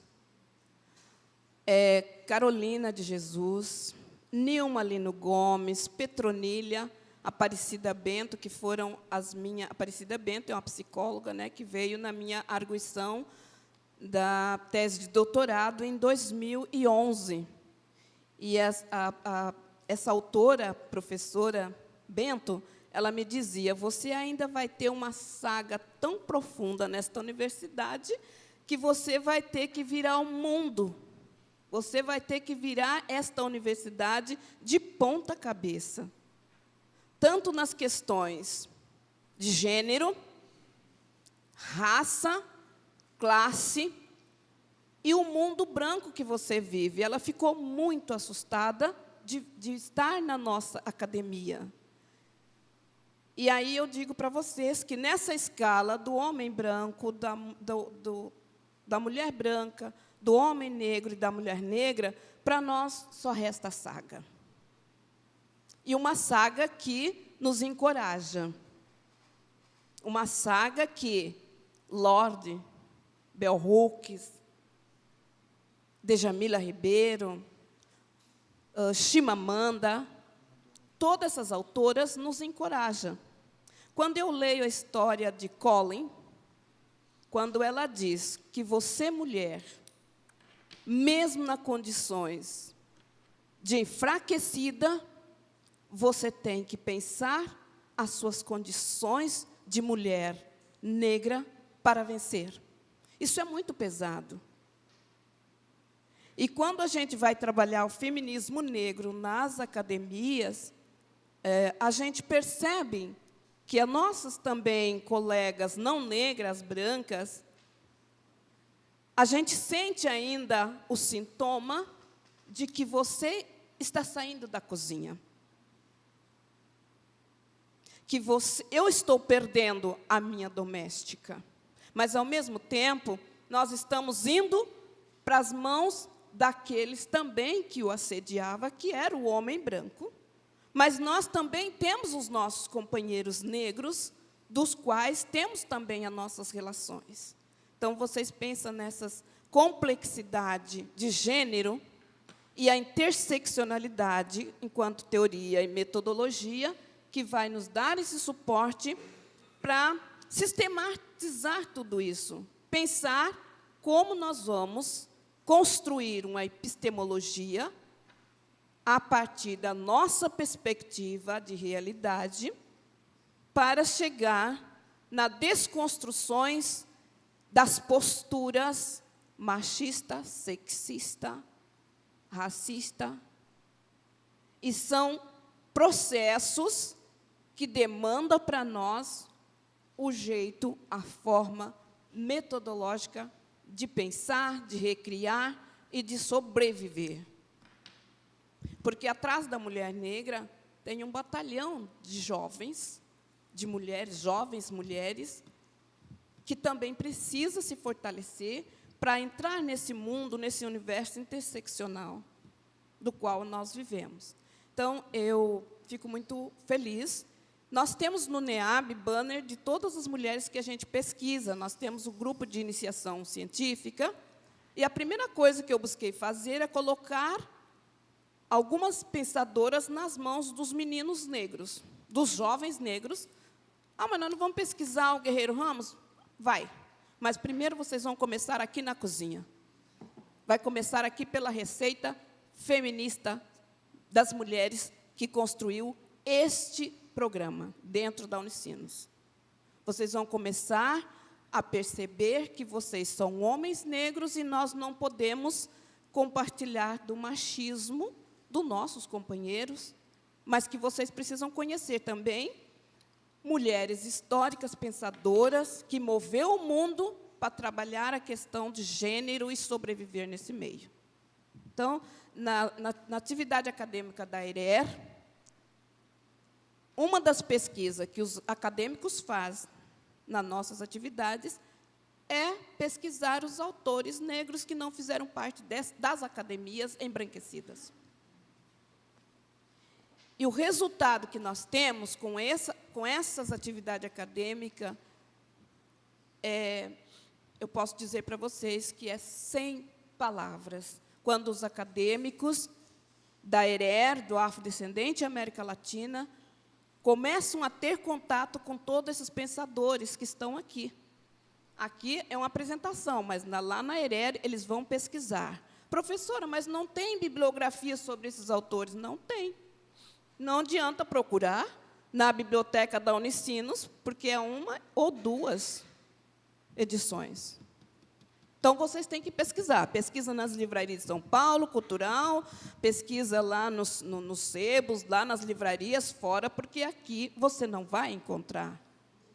E, como disse o nosso reitor, com muita emoção, ele sempre diz, deva dar passos, porque a Unicinos foi pensada por brancos e para atender os alemães dessa região.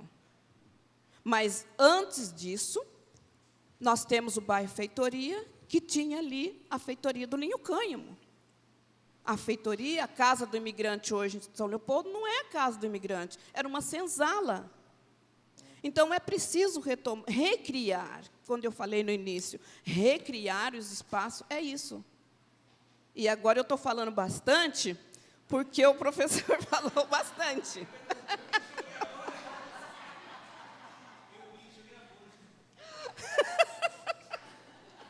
Então, isso, gente, é descolonizar também a cabeça dos nossos homens negros, dos nossos homens brancos e das nossas companheiras também, porque nós também somos umas contra a outra, e nós somos femininas, feministas, mulheres que trabalham nas cozinhas dos programas, mulheres que atendem no cotidiano dos programas, mulheres que estão no fazer das academias.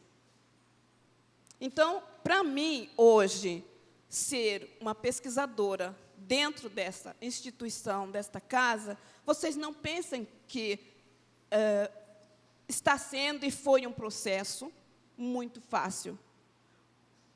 E o processo tem que ser de conquista, porque a gente tem que buscar as companheiras que estão aí na frente de trabalhos, de pesquisas, iniciações científicas, há muito mais anos, luz, do que nós, mulheres negras, que estamos chegando aí. E o desafio para nós é chegar até essas companheiras, mulheres, aqui dentro dessa casa, nem falo fora, né? Estou falando dentro dessa casa e no que tange as questões dos saberes, as questões de gêneros dentro desta casa. Os espaços acidentados pelas discriminações, pelos preconceitos, que nós também, mulheres negras, vamos, de certa forma, repetindo. Os processos repetitivos da colonização das mentes é um processo duro para nós, porque, muitas vezes, o processo de dominação e controle ainda está nas mãos dos homens brancos, que está muito distante de nós dentro das estruturas acadêmicas. Nós temos que atravessar 2 escalas muito pesadas para chegar a esse homem branco da estrutura e dizer para ele que aqui embaixo nós precisamos avançar no processo de inclusão e no combate ao racismo, ao machismo e ao sexismo. E quando a gente encontra este homem, que ao menos tem o olhar descolonizado, a atitude descolonizada no toque, no olhar quando vai falar com a gente, na postura da acolhida, aí você consegue avançar. É o que está acontecendo dentro da Unicinos. Desde 1999, quando eu saio da vila, enquanto mulher assistente social, que trabalhava na vila, junto com os padres jesuítas, lá eu já dizia para eles, eu vou dar trabalho na academia. Porque eu trabalho aqui na comunidade, trabalhar com os sujeitos da comunidade, empobrecido, fora dos espaços de inclusão, também foi duro durante 10 anos. Agora, imagina vocês, quando esses caras voltam para mim e dizem, você tem que ir para Unicinos. Não foi um processo fácil para mim, porque eu sabia o que eu ia encontrar aqui, porque sou paranaense, morei em Santa Catarina e venho para o Rio Grande do Sul. Então, a tese de doutorado, que eu voltei na região do Vale do Ivaí, do Vale do Itajaí e do Vale do Rio dos Sinos, para dar esse retorno sobre as implicações da inclusão dos afrodescendentes e a complexidade e implicações eurodescendentes, foi um processo oneroso, muito puxado, nesses 3 vales. Vale do Ivaí, onde eu nasci e vivi minha juventude, parte da minha juventude. Vale do Itajaí, aonde iniciei minha formação acadêmica. E o Vale do Rio dos Sinos, aonde eu tive que regredir 7 anos da minha caminhada dos 2 estados, para poder caminhar com toda uma população aqui que está ainda hoje soterrada. A cada dia nós desenterramos um afrodescendente nesta região. A cada dia você tem que trabalhar com esse afrodescendente e dizer para ele, se erga, fale, ocupe o seu lugar de fala. E esse afrodescendente, seja mulher, seja homem, para nós hoje no NEAB, é um processo cansativo. Mas nós precisamos fortalecer a nossa paciência histórica. E que muitos aqui não sabem do processo. E hoje nós estamos com a iniciação científica, com jovens negros desta universidade, meninas, jovens negros que estavam quase fechando a sua matrícula, porque não tinha como dar conta. Jovem que a gente teve que correr e segurar ele. Com todo o potencial que tem, está contribuindo. Se a gente não tem uma percepção um pouco descolonizada, e uma mente descolonizada, uma postura descolonizada, esses jovens, aqui de dentro da Unicinos, estavam fora. São 5 jovens. E isso quase ninguém enxerga, não vê, porque está invisível. E aí a gente, então, busca fazer o reverso. Esse jovem começa a estudar toda a luta das mulheres negras, para ele aprender na cozinha como se processa a inclusão e a acolhida e a descolonização das mentes e das posturas. Eu digo isso para vocês, que hoje a gente venceu, está vencendo, com muita dificuldade, descolonizar os espaços das pesquisas. E não está sendo um processo muito fácil, porque nos PPGs, nas coordenações de cursos, as mentes ainda são colonizadas. E para os nossos jovens acadêmicos chegar lá, nós precisamos descolonizar as nossas mentes, olhar onde estão esses jovens, essas jovens, para poder mudar o processo de seleções, de escolha. Nossas jovens negras, hoje, todas elas já conhecem o espaço do NEAB, mas muitos poucos profissionais conhecem o que é o NEAB. Nós temos o banner dos autores e autoras que percorre a Unicinos, os espaços da Unicinos, e aqui na comunicação a gente vai pedir, né, um espaço para que a gente possa expor os banners que são feitos através das pesquisas dos acadêmicos da ERER e do Afrodescendente América Latina. E esses banners, Chimamanda, Lourdes, Colin, Petronilha, Eliane Cavaleiros, Lélia Gonzalez, e demais autoras que a gente segura nelas para que a gente possa romper com os espaços ainda colonizados. Então, eu vejo as imagens. Agora tu está penando, tu viu? Não tem problema, estou te ouvindo. E esses espaços, para nós, a maior dificuldade, gente, é trabalhar a questão do sujeito branco ou branca. Nós não queremos a revanche. Nós não queremos ocupar os espaços mas nós queremos estar juntos, construindo juntos. Não se fala em educação das relações sem não falar nos espaços indígenas, sem não falar nos espaços onde os negros possam trilhar, caminhar. E a gente hoje estamos mapeando os espaços da Unicinos, os espaços de incidências onde o NEAB pode percorrer.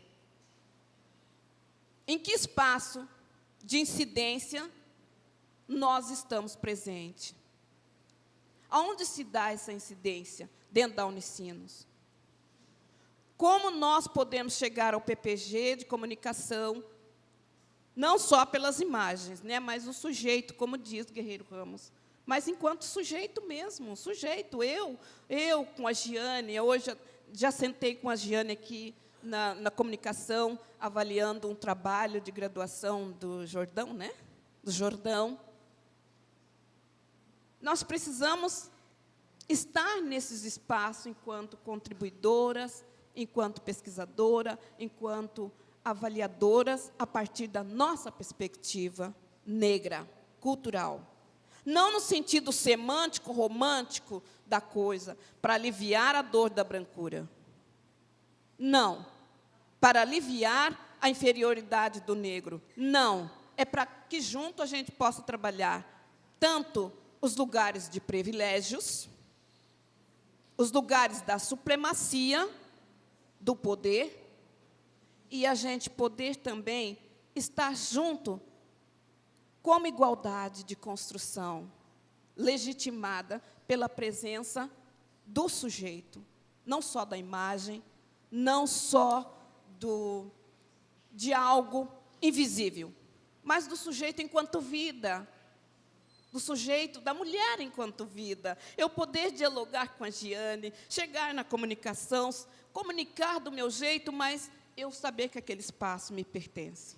Hoje a gente luta pelo pertencimento na universidade. O NEAB é institucionalizado, nós temos a comissão da década, até precisamos de alguém aqui da comunicação, que a gente se encontra uma vez por mês, e essas pessoas ajudam a disseminar o nosso trabalho nos espaços da Unicinos.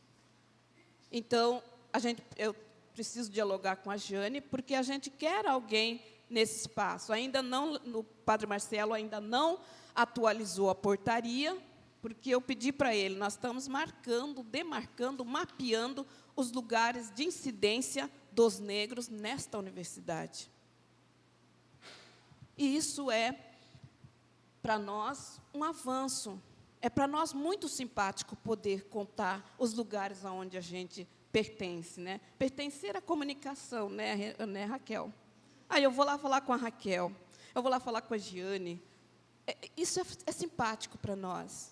Então, digo para vocês que o contexto para nós hoje de estudar a branquitude e a branquidade é pensar essa magnitude da supremacia e dos privilégios.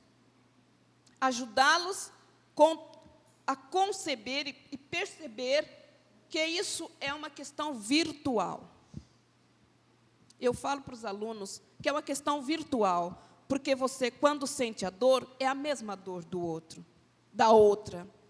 Então, eu coloco para vocês isso, tomei um pouco do tempo superando essa fala, depois você vai responder para os teus colegas, eu estou respondendo para o meu colega. Isso é questão de gênero, né? Isso é questão de gênero, raça e classe. Mas também dentro dessa visão, porque já estive lá com o Davidson na UBRA, trabalhando sobre a branquitude e a branquidade, abrindo os caminhos lá para ele, junto ao PPG, pensando esse tema com muita tranquilidade. E os alunos hoje encontram comigo nos corredores da Unicinos, eles dizem, oi, prof, Deva, sou branquitude. Oi, prof, não pensa que eu vou ser branquidade, não quero ser branquidade, eu quero ser branquitude. E nos corredores, gente, ontem à noite, os alunos, oi, professora, a branquitude.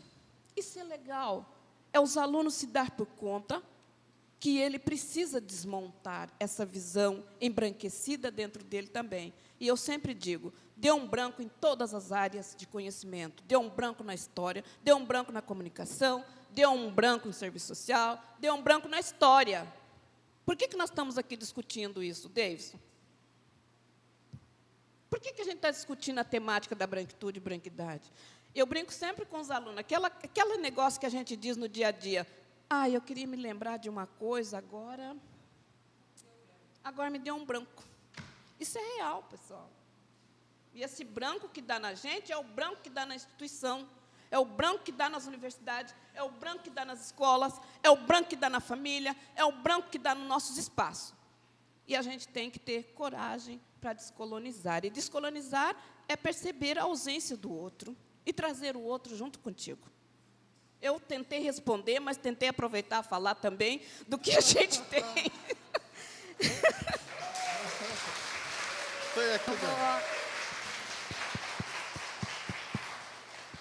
Alô? Só um minutinho. Alô? Alô? Alô? Tá. Alô? Agora. Antes do professor Davidson falar, eu vou fazer de novo, então, o advogado do diabo. Tá. Vou dizer que o senhor tem só 6 minutos para concluir essa resposta e colocar que o tempo de fala, ele é igual para todo mundo. E eu levanto a plaquinha de fim. E aí, o que as pessoas fazem com a plaquinha, daí é responsabilidade de cada um, né?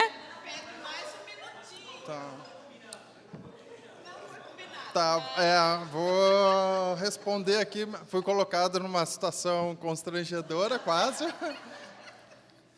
Não, dizer, em primeiro lugar, que eu passei o tempo porque eu sou insolente, não pelo machismo, tá? Só começar a dizer isso. Mas eu venho de uma cultura de oralidade, venho de experiência profissional de rádio há muito tempo, professor, etc. Então, para falar pouco é difícil. Vamos lá, então. Assim, ó, é que eu vou tentar responder a todos. Eu acho que a primeira coisa a professora Nilma fala bastante que no momento em que nós deixamos de ser objeto, a gente já criou a mais profunda questão epistêmica para a universidade. Porque é exatamente isso, nós somos normalizados. Quando a gente fala de relações étnico-raciais, a primeira coisa que as pessoas pensam são nos negros e indígenas, como se o branco, ou como quer que chame, não fosse uma etnia. Aí vai dizer, mas aí está unificando, é uma perspectiva unificadora. Mas eu, como o negro, também me acho unificada. Então, essa desnormalização é exatamente isso, é se inserir no debate étnico-racial a partir do lugar de que cada um ocupa. Os brancos ocupando o lugar dos brancos e entendendo como esse lugar foi construído, né, e como é mantido pelos poderes todos, né, o papel do racismo institucional nesse processo de manter esses lugares de privilégio, né, o lugar da violência, manter esse lugar de privilégio. Então, esse é um debate sobre a humanidade. Tá? A reterritorialização é a grande chave, né? Porque eu até coloquei essa imagem, porque assim, por que eu uso essa ideia do modelo da roda? Porque a primeira coisa que eu penso, essa aqui é a primeira iconografia de uma roda produzida no Brasil. Tá? O Wagner é um holandês, ele pintou isso em 1600 e poucos, e aí se pode ver todas as características ali de uma roda tradicional. Né? Tem os caras com os instrumentos, seja eles, né, mecânicos ou, sei lá como chama, manuais. Tem as pessoas constituindo esse espaço com o corpo e tem alguém performando no centro, sabe?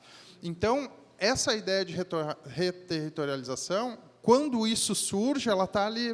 Né?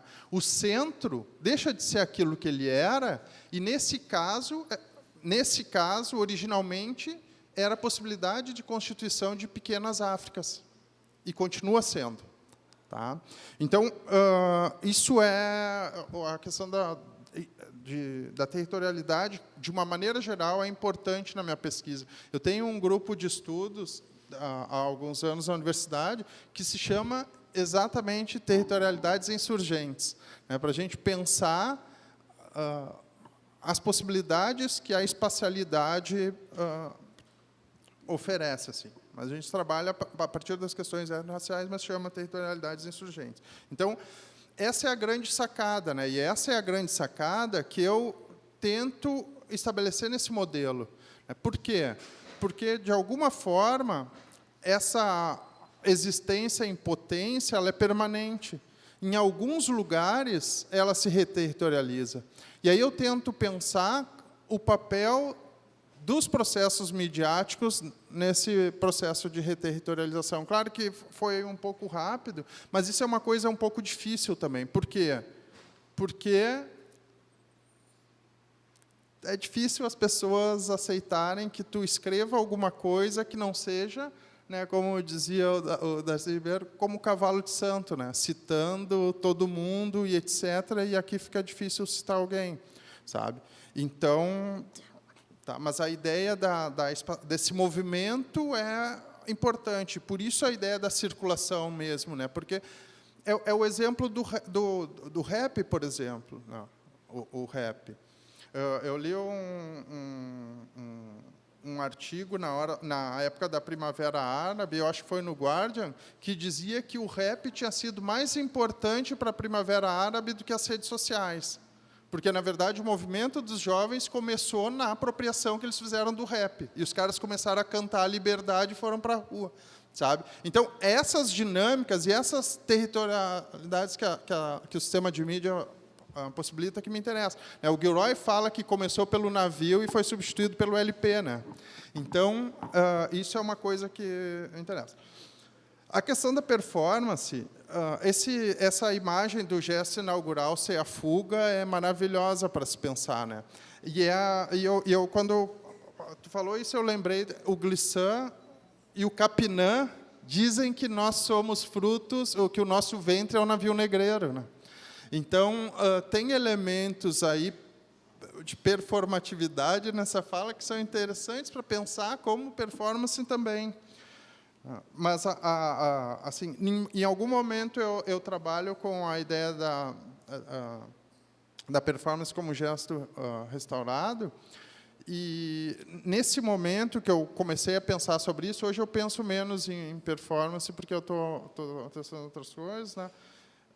Eu estava usando aquele eixo performático que o Ligiero propôs, assim, do cantar, batucar, dançar, né? E também ele mostra que as danças de matriz afro, todas elas objetivam desafiar as articulações, né? Enquanto a dança de chegada europeia é do controle total das articulações, que é o balé. Então, esse pressuposto aí que eu utilizei para pensar assim, a performance. Tá? Mas a coisa que me interessa sempre, eu fico pensando sobre isso. Sobre assim, a surpresa de todos, isso é normal, porque é a normalização do olhar, é a questão de não se colocar no debate étnico-racial por uma questão de cultura, não por uma questão individual, e a gente entende isso, né? Sobre a questão da Lida, eu filtrei, porque tem outros estudos, poucos, mas principalmente sobre música, sabe? E as entradas sobre música geralmente são um pouco folclóricos no sentido negativo da palavra, sabe? É um pouco fetichizar a cultura negra. Isso está acontecendo muito, a gente tem discutido muito isso, que cada vez mais a gente vê o interesse por uma cultura negra sem negros. Cada vez mais. E esses estudos vão nesse sentido. E principalmente porque, há algum tempo atrás, deu muito dinheiro estudar as relações étnico-raciais, vários caras se atiraram também atrás desse dinheiro, que a gente entende que é uma coisa normal, mas pessoas fazendo deslocamentos absurdos de foco de interesse para ir atrás desse dinheiro. E esse universo que eu trabalho, em princípio, não os das entidades, mas das teses ali, eu tento observar os que, de alguma forma, têm alguma articulação política mais interessante, alguma contribuição mais interessante. Tá? Davidson, por gentileza, tem um colega afro-equatoriano que não vai conseguir falar no colóquio se seguimos aumentando o tempo de exposição. Então, por gentileza, finalize. Tá.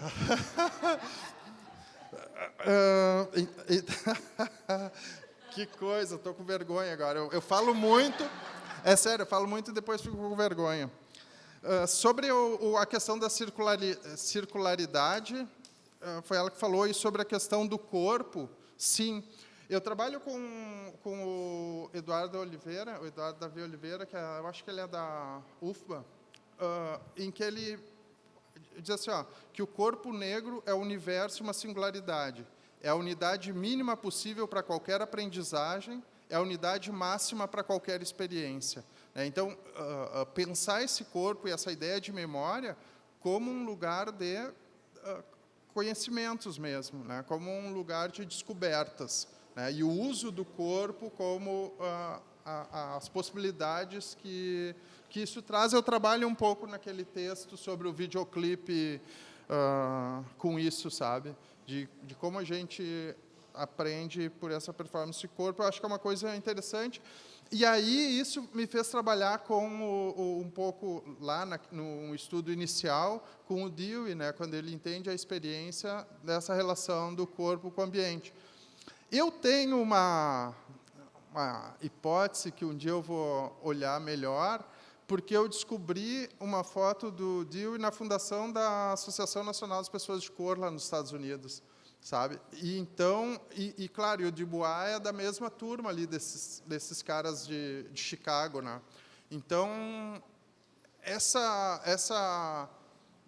ideia da experiência pragmatista, eu acho que deu um preto, né? Mas é muito hipótese de longe. Só que essa ideia de experiência tem muito como diversos autores. Eu tenho lido bastante nigerianos sobre experiência, sobre performance, e os caras... claro que tem uma conversa aí, né? Mas tem Davidson, um diálogo. nós vamos precisar conectar outra, ou chamar outra pessoa. Ele tinha dito para eu parar, eu pensei que ele disse que ela não... É que senão a gente não dá a palavra para o professor Fernando, que veio do Rio. E está esperando, e já estourou muito o nosso tempo. Muito obrigada, foi muito bom. Peço desculpas mesmo. Tudo bem.